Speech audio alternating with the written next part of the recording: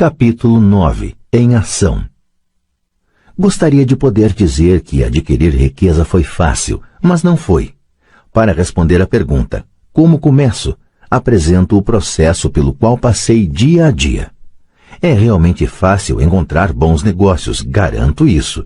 É como andar de bicicleta. Depois de algumas peripécias, vira um passeio.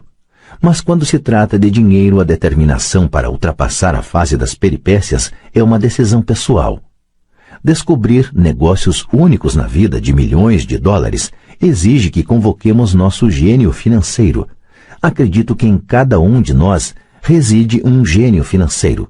O problema é que ele está adormecido, esperando ser despertado. Está adormecido porque nossa cultura nos educa para acreditar que o amor ao dinheiro é a raiz de todos os males. Ela nos incentiva a aprender uma profissão para que possamos trabalhar pelo dinheiro, mas não nos ensina a fazer o dinheiro trabalhar para nós. Ela nos ensina a não nos preocupar com o nosso futuro financeiro, que o governo ou a empresa cuidarão de nós quando chegar o dia da aposentadoria.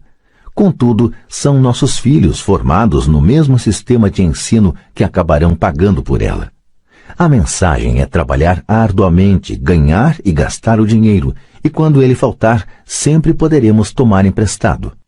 Infelizmente, 90% do mundo ocidental aceita essa teoria simplesmente porque é mais fácil encontrar um emprego e trabalhar pelo dinheiro. Se você não faz parte dessa massa, eu lhe mostrarei os 10 passos para despertar seu gênio financeiro. São simplesmente os passos que eu segui. Se quiser tentar alguns deles, ótimo. Se não, escolha os seus. Seu gênio financeiro é suficientemente esperto para desenvolver sua própria lista.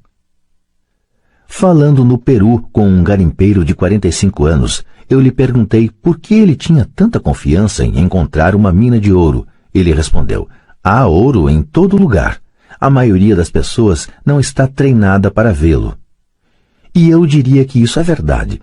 Quanto a imóveis, posso sair qualquer dia e achar 4 ou 5 bons negócios em potencial, onde uma pessoa comum não encontra nada. Mesmo procurando no seu bairro, a razão é que ela não dedica tempo para desenvolver seu gênio financeiro.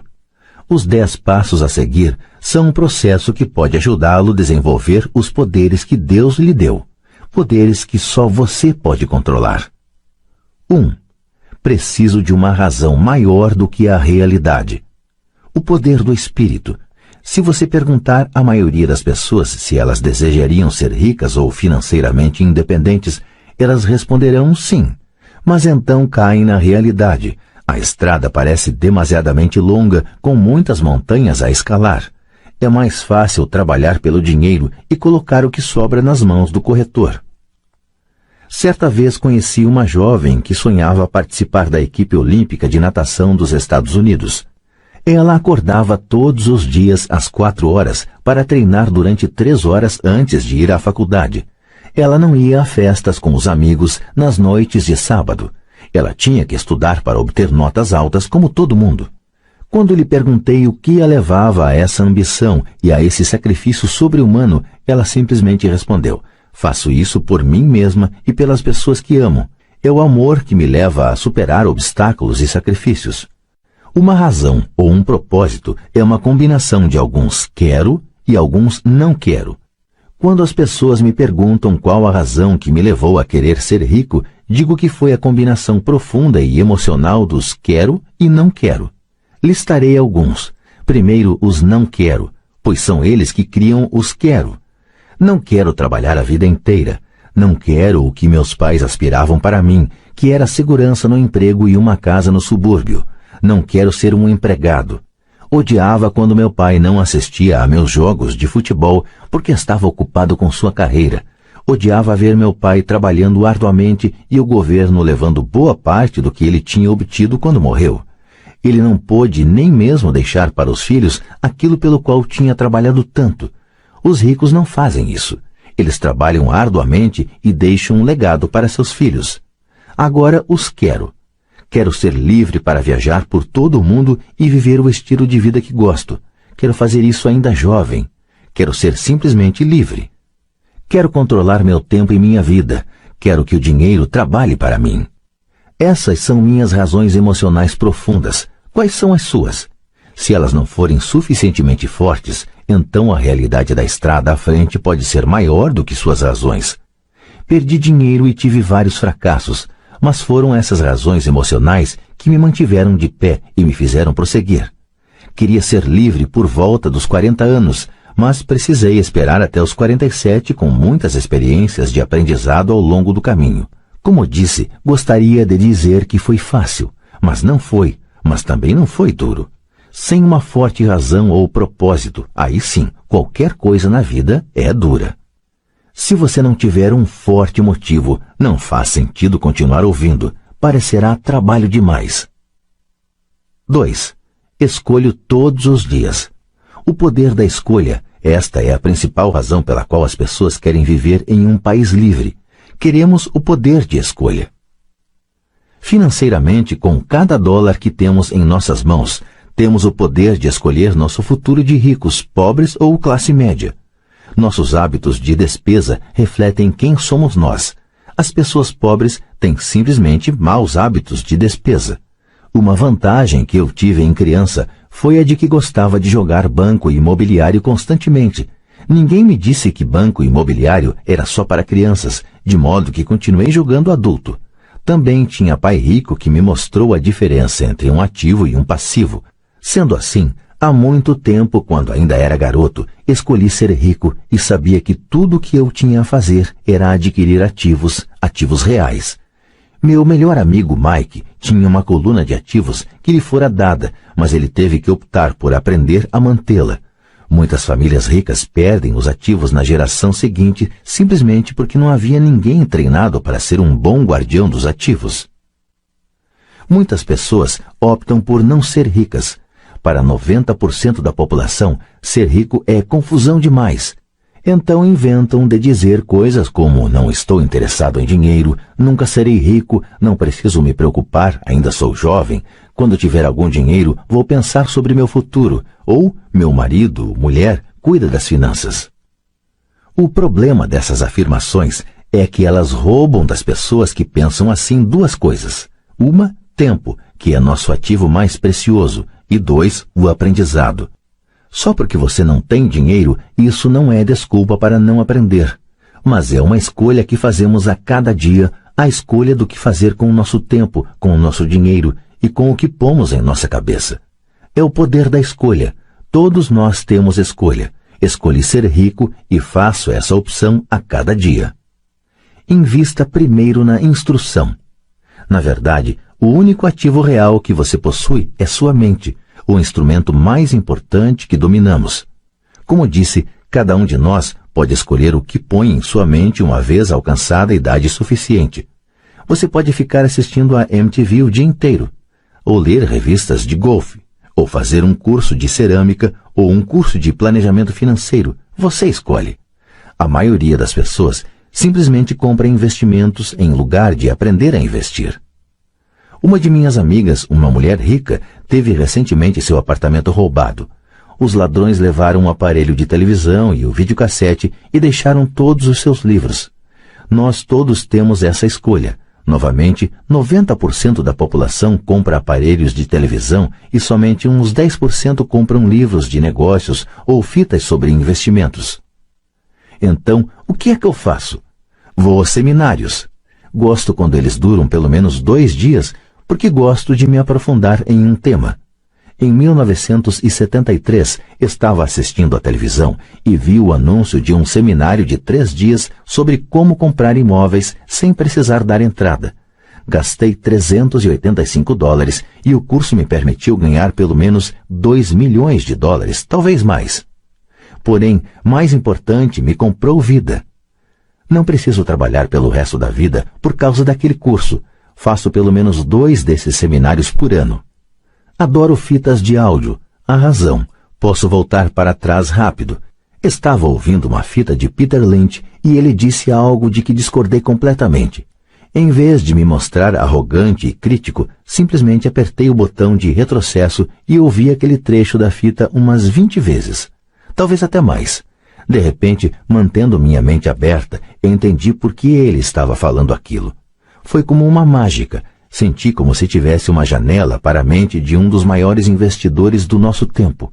Ganhei uma tremenda profundidade e percepção dos vastos recursos de seu conhecimento e de sua experiência. Resultado líquido. Ainda tenho minha velha maneira de pensar e tenho a forma de Peter de ver o mesmo problema ou situação. Tenho 2 pensamentos em vez de um. Mais de uma forma de analisar um problema ou tendência, e isso não tem preço. Hoje me pergunto muitas vezes, como Peter Lynch faria isso? Ou Donald Trump? Ou Warren Buffett? Ou George Soros? A única maneira pela qual posso acessar seu vasto poder mental é sendo suficientemente humilde para ler ou ouvir o que eles têm a dizer. Pessoas arrogantes e críticas são muitas vezes pessoas com baixa autoestima que têm medo de assumir riscos. Veja, se você aprender algo novo, terá que errar a fim de entender totalmente o que aprendeu. Se você ouviu até aqui, a arrogância não é um de seus problemas. Pessoas arrogantes raramente leem ou compram fitas. Por que elas o fariam? Elas são o centro do universo. Há pessoas inteligentes que discutem ou se defendem quando uma ideia nova se choca com o que pensam.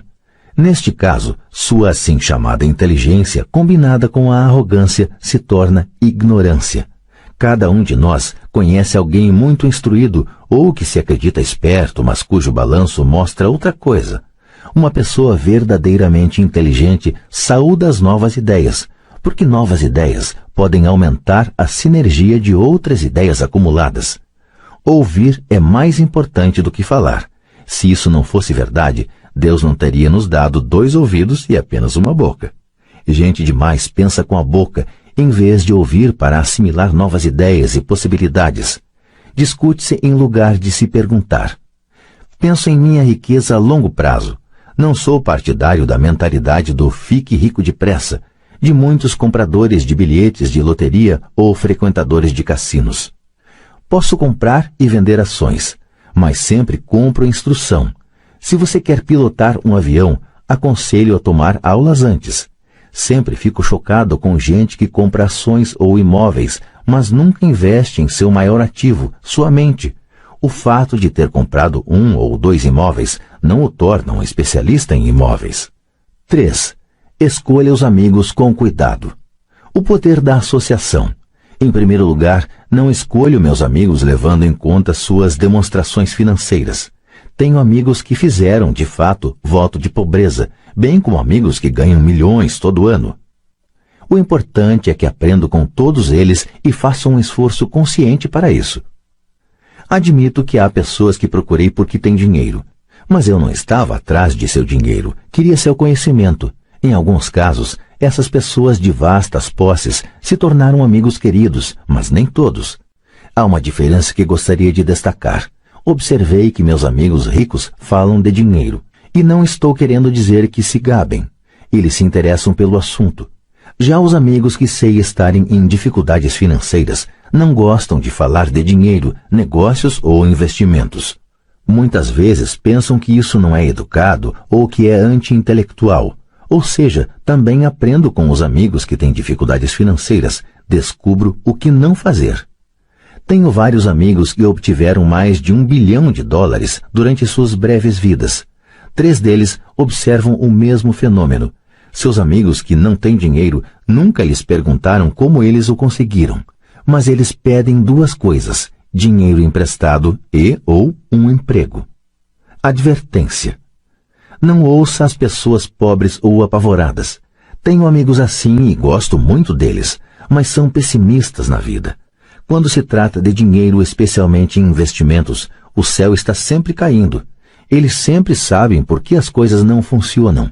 O problema é que as pessoas as ouvem, mas aqueles que aceitam cegamente essas informações pessimistas são também pessimistas. E como diz o velho ditado, galinhas da mesma plumagem concordam entre si. Se você assiste à CNBC, uma mina de ouro de informações sobre investimentos, sabe que eles apresentam frequentemente uma mesa redonda dos chamados especialistas. Um deles diz que o mercado está a ponto de desabar e outro afirma que está em ascensão. Se você for esperto, ouvirá os 2. Mantenha sua mente aberta, porque ambos têm razões válidas. Infelizmente, a maioria das pessoas ouve apenas os pessimistas. Alguns amigos próximos procuraram me fazer desistir de algum negócio ou investimento. Alguns anos atrás, um amigo me contou que estava empolgado porque descobrira um certificado de depósito que rendia 6% ao ano. Contei então que estava ganhando 16% com títulos do governo estadual. No dia seguinte, ele me enviou um artigo que mostrava por que minha aplicação era perigosa. Há anos estou obtendo os 16% e ele continua com os 6%. Diria que o mais difícil quanto à formação de uma fortuna é ser fiel a si mesmo e estar disposto a não acompanhar a multidão. No mercado é muito comum que seja a manada a chegar tarde a ser abatida. Se um grande negócio está nas manchetes, na maioria dos casos é tarde demais. Procure um negócio novo. Como dizem os surfistas, sempre há outra onda. As pessoas que correm e pegam a onda tarde são, em geral, as que se dão mal. Investidores espertos não se afobam. Se perdem uma onda, esperam pela próxima e se preparam. Isto é difícil para a maioria dos investidores, porque comprar o que não é popular lhes parece apavorante. Os investidores tímidos gostam de acompanhar a multidão. Sua ganância os leva para as aplicações somente quando os investidores sábios já auferiram seus lucros e se retiraram. Investidores sábios aplicam quando o negócio ainda não é popular. Eles sabem que seus ganhos são gerados quando compram e não quando vendem. Esperam pacientemente. Como já disse, eles não se afobam. Como um surfista, eles se preparam para a próxima onda. Tudo é insider trading. Há formas de insider trading que são ilegais e outras que são legais. Mas de qualquer forma, é insider trading. A única distinção é quando você está distante do por dentro. A razão pela qual você quer ter amigos ricos que estão por dentro é porque o dinheiro é ganho aí. É informação fabricada. Você quer saber quando haverá a próxima subida, entrar e sair antes da queda seguinte. Não estou dizendo para fazer nada ilegal, mas quanto mais cedo você souber, maiores são as chances de lucro com risco mínimo. Para isso existem os amigos, e isso é inteligência financeira. 4. Domine uma fórmula e então aprenda outra. O poder do aprendizado rápido. Para fazer o pão, todo padeiro segue uma receita, mesmo que esta só exista em sua cabeça. O mesmo se pode dizer quanto a ganhar dinheiro. Por isso, na gíria, o dinheiro é muitas vezes chamado de massa. Muitos de nós já ouvimos a expressão, você é o que você come. Eu tenho uma variação, você se torna o que você estuda. Em outras palavras, seja cuidadoso com o que você estuda e aprende, porque sua mente é tão poderosa que você se torna aquilo que você põe em sua cabeça. Por exemplo, se você estuda culinária, você tende a ser cozinheiro. Se você não quer continuar sendo cozinheiro, precisará estudar outra coisa, digamos um professor. Depois de estudar para o magistério, você muitas vezes se torna professor, e assim por diante. Escolha cuidadosamente o que você estuda. Quando se trata de dinheiro, as massas têm uma fórmula básica aprendida na escola. E essa é, trabalhe pelo dinheiro. A fórmula que vejo predominar no mundo é que todos os dias milhões de pessoas acordam e vão trabalhar, ganham dinheiro, pagam contas, conferem seus talões de cheque, compram alguns fundos mútuos e voltam ao trabalho. Essa é a fórmula ou receita básica. Se você está cansado do que está fazendo ou se não ganha o suficiente, é simplesmente o momento de mudar a fórmula com a qual você ganha dinheiro. Quando eu tinha 26 anos, fiz um curso de fim de semana chamado Como Comprar Imóveis Executados Judicialmente. Aprendi a fórmula. O passo seguinte foi ter a disciplina para pôr em ação o que eu tinha aprendido. É aí que a maioria das pessoas para. Durante 3 anos, enquanto eu trabalhava na Xerox, passava minhas horas de folga aprendendo a arte de comprar imóveis executados. Ganhei vários milhões de dólares usando essa fórmula, mas hoje isso é muito lento e há muita gente que faz o mesmo. Então, depois de ter dominado a fórmula, passei a procurar outras fórmulas. Em muitos dos casos, não usei de forma direta a informação que obtive, mas sempre aprendi algo novo. Já fiz cursos destinados a corretores especializados em derivativos, um curso de negociação de opções de commodities e um curso sobre a ciência do caos. Neste, estava fora de meu ambiente, em uma sala cheia de gente com doutorado em física nuclear e ciência espacial. Contudo, aprendi uma porção de coisas que tornaram meus investimentos em imóveis e ações mais significativos e lucrativos. Muitas instituições comunitárias de ensino superior têm cursos de planejamento financeiro e aquisição de investimentos tradicionais. São lugares ótimos para se começar. Sempre procuro a fórmula mais rápida. É por isso que, com bastante regularidade, faço mais em um dia do que muitas pessoas fazem em toda a sua vida. Outra observação secundária. No mundo em rápida mudança de nossos dias, a questão não é tanto o que você sabe, porque com frequência o que você sabe já está ultrapassado. É a rapidez com que você aprende. Esta habilidade não tem preço. Não tem preço para encontrar fórmulas, receitas, se preferir, mais rápidas de fazer dinheiro. Trabalhar arduamente pelo dinheiro é uma fórmula velha nascida nos dias do homem das cavernas.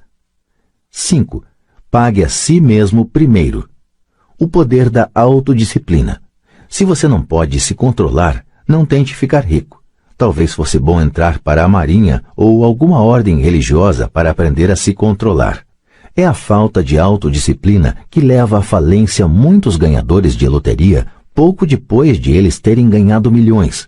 É a falta de autodisciplina que leva pessoas que acabaram de obter um aumento a comprar um carro novo ou fazer um cruzeiro.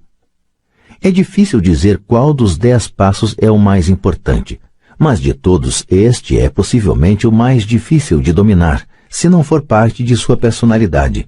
Eu arriscaria dizer que é a falta de autodisciplina que se constitui no fator número 1 a separar ricos, pobres e classe média.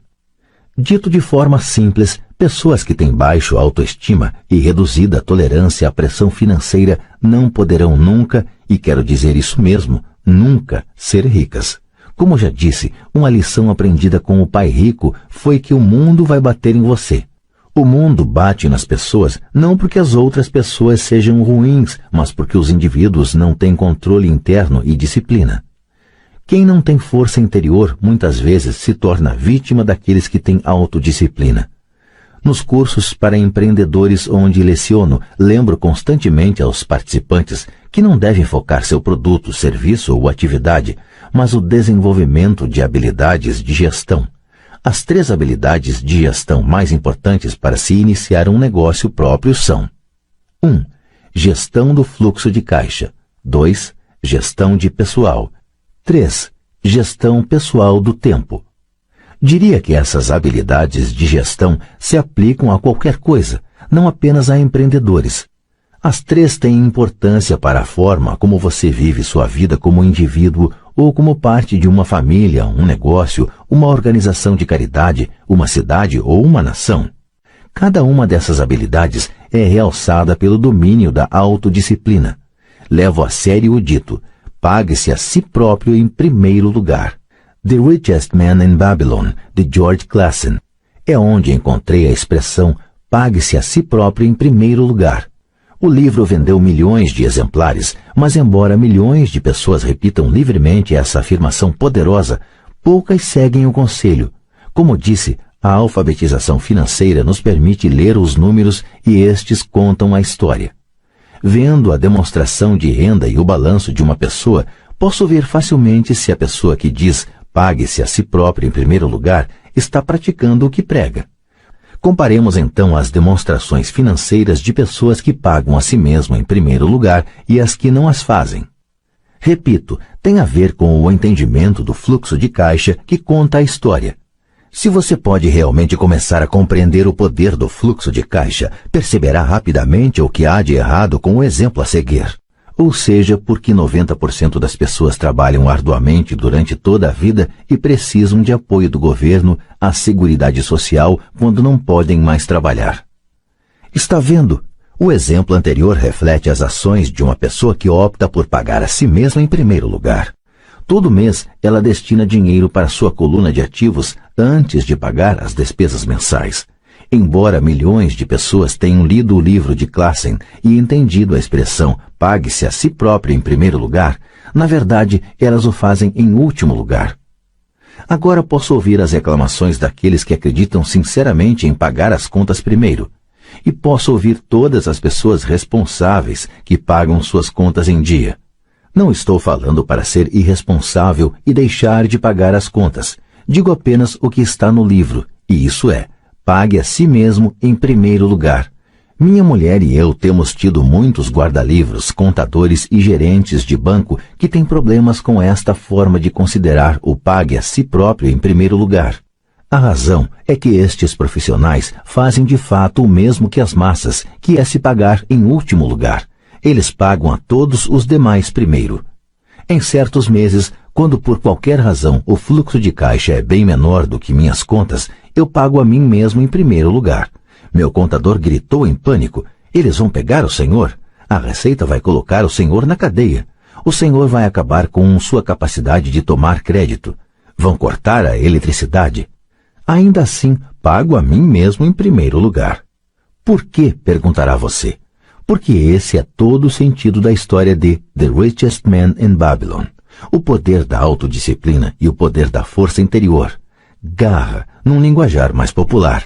É como o pai rico me ensinou no primeiro mês em que trabalhei para ele. A maioria das pessoas permite que o mundo bata nelas. O cobrador liga e diz: paga ou então? Aí você deixa de pagar a si próprio. Um vendedor diz: ponha no cartão. Seu corretor imobiliário diz para você ir em frente porque o governo permite dedução do imposto de renda da hipoteca de sua casa. É disso tudo que o livro trata. Ter a garra para ir contra a maré e enriquecer. Você pode não ser fraco, mas quando se trata de dinheiro, muitos balançam. Não estou falando para ser irresponsável. Não dou muito valor aos cartões de crédito e às facilidades de empréstimo porque quero pagar a mim primeiro.